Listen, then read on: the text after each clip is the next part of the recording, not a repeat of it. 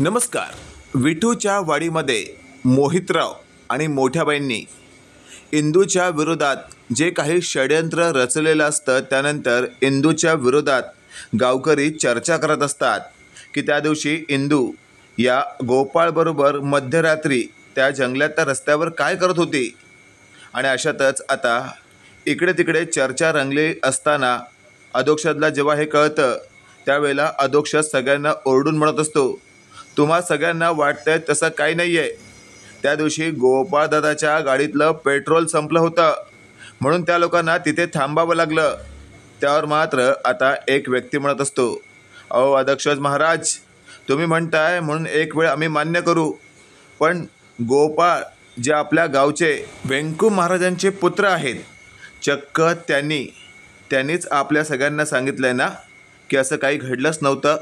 त्यांनी असं म्हटलं आहे की आम्ही दोघांनी सहमतीने एका ठिकाणी थांबलो होतो आणि रात्र गाजवली होती. त्यावर अधोक्षज त्या व्यक्तीवर चिडतो आणि म्हणत असतो, बंद करा, काय बोलताय तुम्ही हे? तुमच्या वाचाळ तोंडातून काय निघतंय तुम्हाला कळतंय का? इंदूचं लग्न माझ्याशी झालेलं असताना तुम्ही तिचं नाव गोपाळ दादाशी कसं काय जोडू शकता?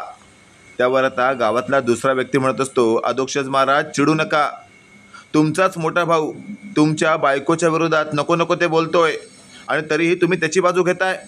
त्यावर अधोक्षज म्हणत असतो, कारण मी त्याला चांगलं ओळखतोय, त्याचा माझ्यावरचा राग आहे, त्यामुळेच तो असं बोलत आहे. तिथे आलेल्या मोठ्या बाई लगेचच म्हणत असतात, अधू लोकांच्या नादी लागण्यात काय अर्थ नाही आहे. लोकांना जे दिसतं लोक त्याचीच चर्चा करतात. आणि हे बघ, तुला जर भांडायचं असेल ना तर इंदूशी भांड.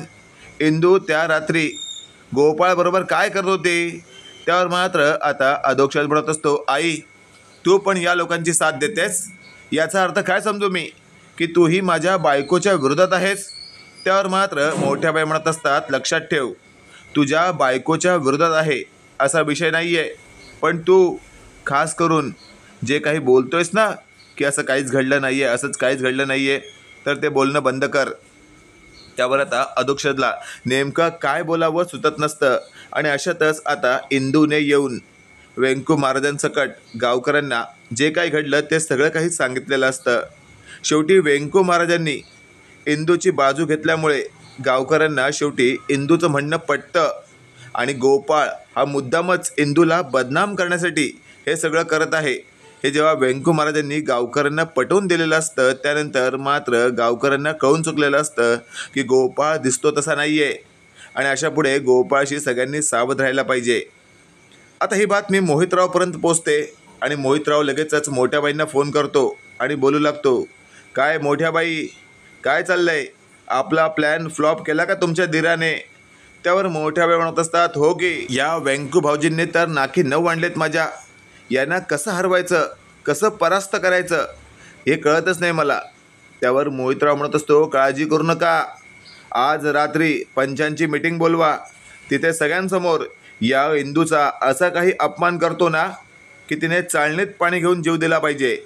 त्यावर आता मोठ्याबाई म्हणत असतात, मोहितराव कराल तुम्ही अपमान, पण त्याचे पडसाद माझ्या आणि माझ्या मुलावर उमटले नाही पाहिजेत याचा विचार करा. त्यावर मोहितराव म्हणत असतो, मोठ्याबाई अहो थोडेफार शिंतोडे उडणार, पडसाद नाही हां. त्यावर मात्र मोठ्याबाई म्हणत असतात, ठीक आहे, पण जरा जपून. असं बोलून आता मोहितरावने स्ट्रेट या मोठ्याबाईंना रात्रीची मीटिंग फिक्स करायला सांगितलेली असते.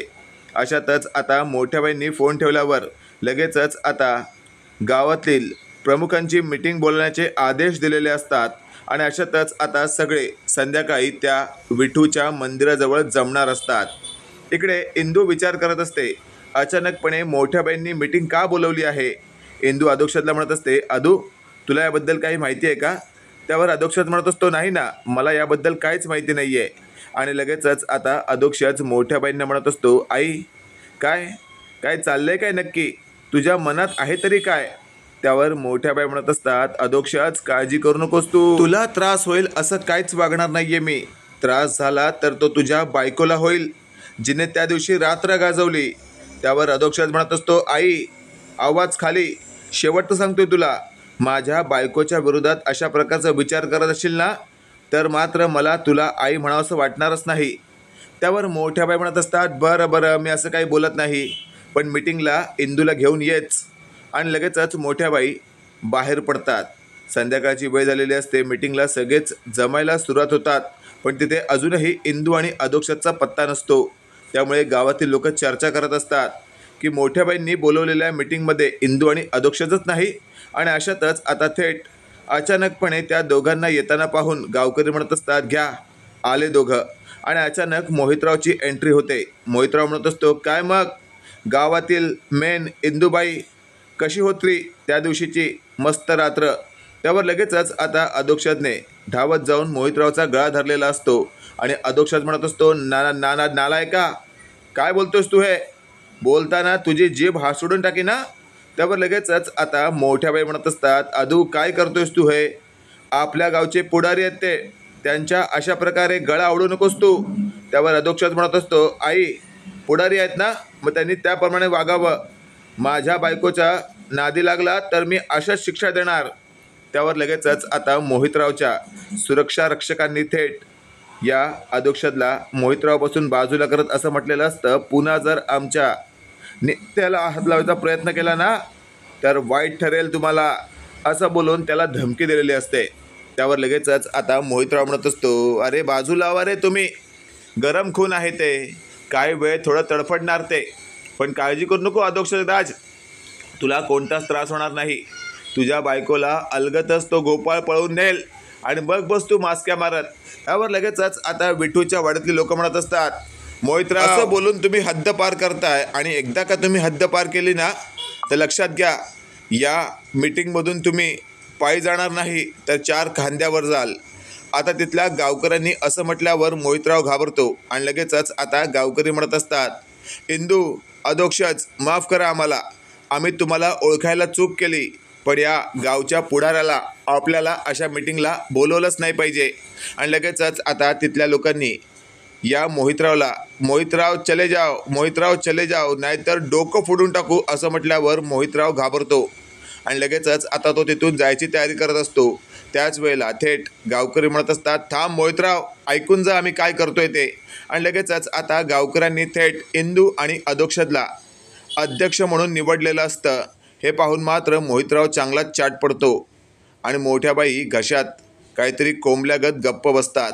तेवढ्यात आपण पाहतोय आता मोहितरावला शेवटी तिथल्या गावातल्या लोकांनी, आता जातोस का काढू प्रत्येकाने एक एक चपलाने हाडून काढू असं म्हणताच मोहितराव आपल्या सिक्युरिटीसह तिथून पळून जातो. मोठ्याबाईंना आता इंदू म्हणत असते, काय मोठ्याबाई कसं वाटलं आमचं एकत्र येणं? तुम्हाला काय वाटलं अशी मीटिंग करून तुम्ही आम्हा सगळ्यांना असं हे करणार काय? पण हलक्यात घेऊ नका. मित्रांनो, तुम्हाला काय वाटलं ते कमेंटमध्ये नक्की कळवा आणि असेच नवनवीन अपडेट पाहण्यासाठी व्हिडिओला लाईक आणि चॅनलला नक्की सबस्क्राईब करा. धन्यवाद.